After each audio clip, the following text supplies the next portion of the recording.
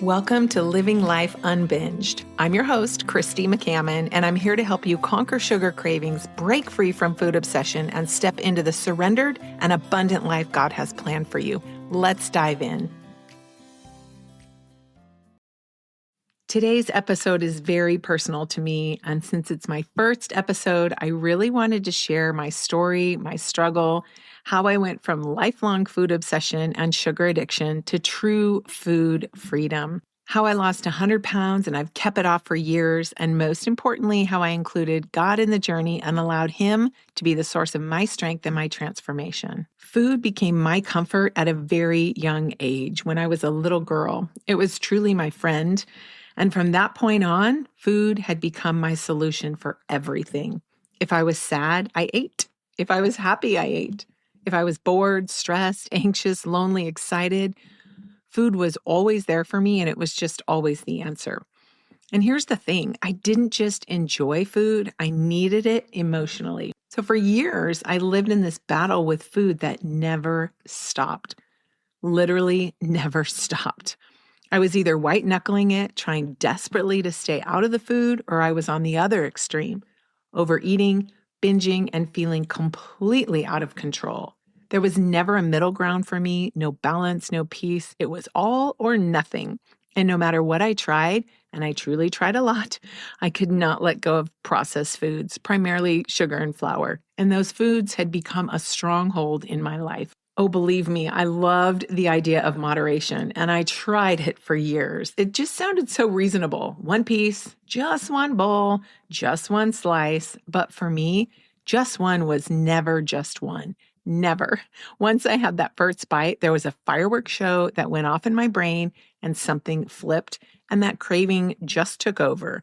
And suddenly it didn't feel like I was choosing anymore. It felt like I was being controlled by that craving and by that food.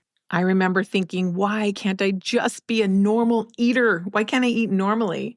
Whatever normal really is. Once I was at a wedding with a friend of mine, and when the wedding cake was served, she ate a couple bites, she left the rest on her plate, and she literally walked away from it. Meanwhile, I had eaten my entire piece and was trying to figure out how to get more without anyone noticing. I always wondered, why can't I stop eating like other people? Why do I feel powerless around food? And the deeper the struggle went and the longer it lasted, the deeper the shame went too. By this point in my life, I was scared, not just uncomfortable, not just bothered by being overweight, but really, truly scared.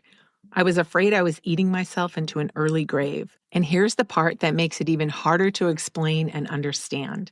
At that time in my life, I had so many good things.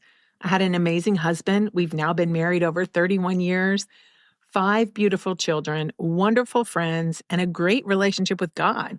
I genuinely loved my life, but I could not get my relationship with food under control. And unfortunately, that made the shame even louder because I kept thinking, how can I love God and still be so trapped by this? And if I truly loved God, why can't I have self-control? I even thought maybe I wasn't praying hard enough, long enough, or the right way. Maybe I wasn't a strong enough Christian. So for years, I prayed for God to just take it from me. God, take away the cravings. God, deliver me from the sugar addiction. God, just make it stop. And every time I tried another diet, there would be a little bit of hope, a little success, and then came the same crash. Back to obsessing, back to overeating, back to binging, back to sugar and flour, and back to shame. I was fighting in my own strength, and it wasn't working. Until one day, I hit a place of true desperation. My weight was at its highest, and my food intake and hiding the sweets was increasing. I wasn't praying for another quick fix. I was no longer praying for willpower. I was praying for a permanent way out of the struggle. I prayed for full surrender. And after one of those desperate prayers, I came across something that would change my life forever. The idea of food boundaries. Simple boundaries, not rules, not punishment. Boundaries set up like guardrails for my protection. 3 meals a day, measured portions, no sugar and no flour. And something started to click. For the first time, I understood this truth. I have to eat to live, but I do not have to eat processed sugar and flour. And I certainly don't have to eat all day. In that moment, I knew that my rescue boat had arrived. All I had to do was to get in and paddle, and that's when everything changed. I didn't start starving. I didn't start depriving. I wasn't restricting. I simply started eating real whole food. 3 deliciously abundant measured meals a day, nourishing food, satisfying food, really good food. These 4 boundaries were key to the beginning of my transformation. However, I quickly realized that if this journey only included those 4 boundaries, then this would not be successful long term. It would be just another food plan. And I didn't need just another food plan. I realized that the first and most important boundary was spending daily time with God and keeping Him in the highest place of my life. I had to do my part, keeping the food boundaries. He does His part, giving me the strength and the transformation. That's when everything came together. The answer I had waited for my whole life was finally here. And for the first time, it wasn't a diet. It was a lifestyle of freedom. And most importantly, it was an act of surrender. I chose to trust God with my food the same way I trusted Him with everything else in my life. Little by little, day by day, meal by meal, the mental chaos, the food noise started to get quieter. The cravings lost their power over me. The obsession loosened its grip. And the peace began to grow louder than the shame. And over time, I lost 100 pounds, never to be found again. I went from a size 28 down to a 12. But the weight loss part isn't even the best part. The greatest miracle is what happened in my brain. The mental chatter and chaos stopped. The constant food obsession and sugar cravings ended, and the battle finally went quiet.